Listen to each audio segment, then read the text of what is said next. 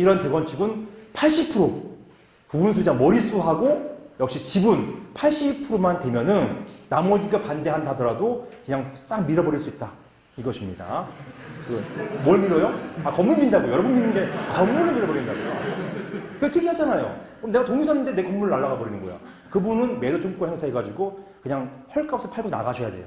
그러니까 재건축 결의만 통과되니까 제가 완성해서 클로징을 하는 곳을 보니까 재건축 결의 통과된 다음에 매도 청구권을 행사해버리면 대부분 다 항복하고 오세요, 그냥. 아니, 나 그냥 제가 팔게요. 이렇게 오세요. 그렇게 해서 스피디하게 빨리빨리 진행되는 경우가 많이 있었습니다. 아무튼 이거는 듣고 새기시면은 나중에 다 피가 되고 살이 될 것입니다.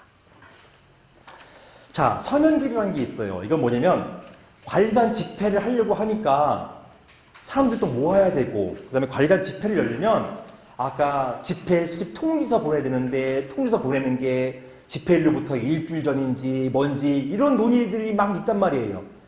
이거 안 하고 그냥 서면으로 결의해버리는 거. 이걸 서면결의라고 하는 것이에요. 서면결의로 어떤 안건, 관리인을 부종식으로 선임합니다. 찬반. 이렇게 하면은 서면결의가 되는 것이에요. 이런 서면결의가, 집회 열지 않고 하는 결의가 있는데, 요거는 서면결의다 보니까요, 과반수가 아니라 5분의 4예요. 굉장히 높습니다. 그러니까 서면결의에서 한번 할 때는요, 그냥 재건축 할 때예요. 그러니까 재건축 서면결의 할 때 5분의 4 채우는 것이 필요하거든요. 그러니까 서면결의는 사실은 잘 이루어지지는 않습니다. 소유자들이 많아지니까 5분의 4, 80% 채우기가 쉽지가 않아요. 녹록치가 않아요. 자, 그다음에 의결권. 의결권이 법에 뭐 이런 면적이다 이러지는 않아요. 그럼 의결권이 뭐냐? 주로 면적을 기준으로 하기 때문에 판례는 전부 다 의결권으로 면적을 표시하게끔 합니다. 의결권은 면적이다. 이렇게 보시면 되겠어요. 면적, 지분을 의미합니다. 이런 의결권은요, 법에 밑에 보시는 것처럼 각 공유자의 지분은, 이 지분이 의결권이에요. 이 지분은 그가 가지는 전유 부분, 아까 전유 부분 봤었죠? 이게 전유 부분이라니까. 그렇죠? 이 전유 부분의 비율에 의한다라고 되어 있어요. 그러니까 의결권이라 한다는 것은 전유 부분의 비례하게 되어 있으니까 대부분 전유 부분하고 큰 차이가 안 나요. 전유 부분 비율상 차이가 안 나요. 즉 A라는 사람이 있고 B라는 사람이 있는데 A라는 사람의 전유 부분 면적이 똑같아요. 그죠? 그럼 의결권 면적도 똑같이 본다는 얘기예요. 그 얘기하고 있는 것입니다. 비율이 똑같으니까. 전유 부분의 면적이 똑같으면 의결권 면적도 똑같다는 얘기예요. 그래서 저희는 그냥 의결권 면적을 전유 부분 면적하고 그냥 똑같이 보고 있는 것일 뿐이에요. 똑같이 보거나 아니면 어떤 분이 이런 게 있어요. 저한테 혹시 의결권을 전유 면적으로 할까요? 이거 너무 디테일하긴 하지만 전유 면적으로 할까요? 아니면 분양 면적으로 할까요? 이런 분이 계세요. 이거 상당히 디테일하신 분인데요. 분양 면적이라는 게 있어요. 분양 면적. 그러니까 분양이 뭐라고 했어요? 첫 번째 매매가 이루어진 거 분양이라고 해요. 분양. 그런데 이 분양 면적은요, 실제 이 전유 면적보다 높아요. 더 커요. 이유가 뭐냐면 공용을 포함한 게 분양 면적입니다. 그래서 넓은 걸 이렇게 보여줘야 되는 거잖아요. 그러니까 분양 면적은 100이면 100 전부 다 공용 부분을 포함한 면적입니다.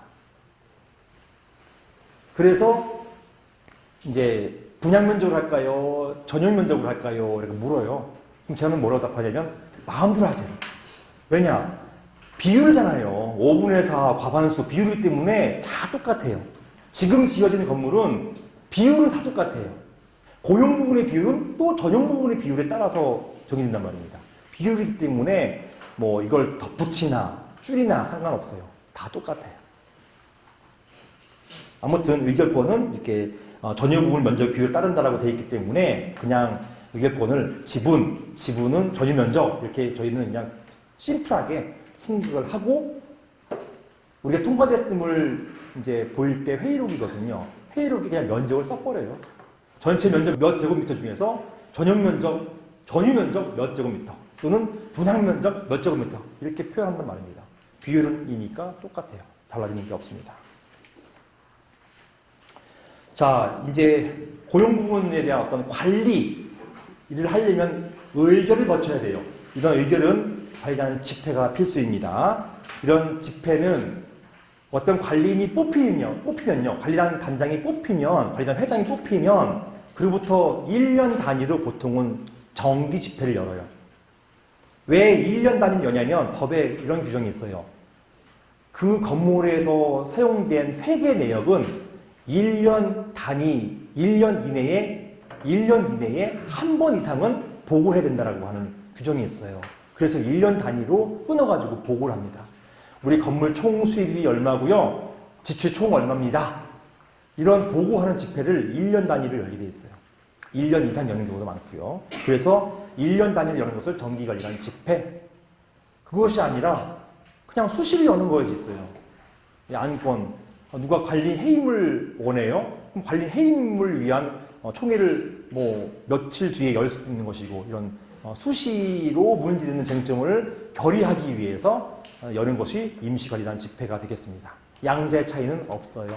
그냥 적법한 관리권을 가진 자, 적법한 소집권을 가진 자가 열기만 하면 문제가 없습니다. 관리단 집회는요, 관리인, 관리단 대표가 있는 건물에서는 그 관리인만 소집하고 열 수가 있어요. 만약에 없는 건물일 경우에는 구분 소유자, 여기 점유자 포함 안 됩니다. 무조건 구분 소유자의 5분의 1 이상이 집회를 열 수가 있어요. 어떻게 여느냐? 부종식 외 몇 명, 5분의 1 한 다음에 밑에 연명을 씁니다. 옛날에는 그냥 부종식 외 몇 명 이렇게 부종식 외 50명 이렇게 써도 됐는데 최근엔 엄격해졌어요. 구체적으로 누가 이걸 청구하는지를 밝히라고 했기 때문에 요즘은 그 밑에다가 박스 쳐놓고 이름을 다 적습니다. 누구 이렇게. 그 5분의 1을 명시하게 되어 있습니다.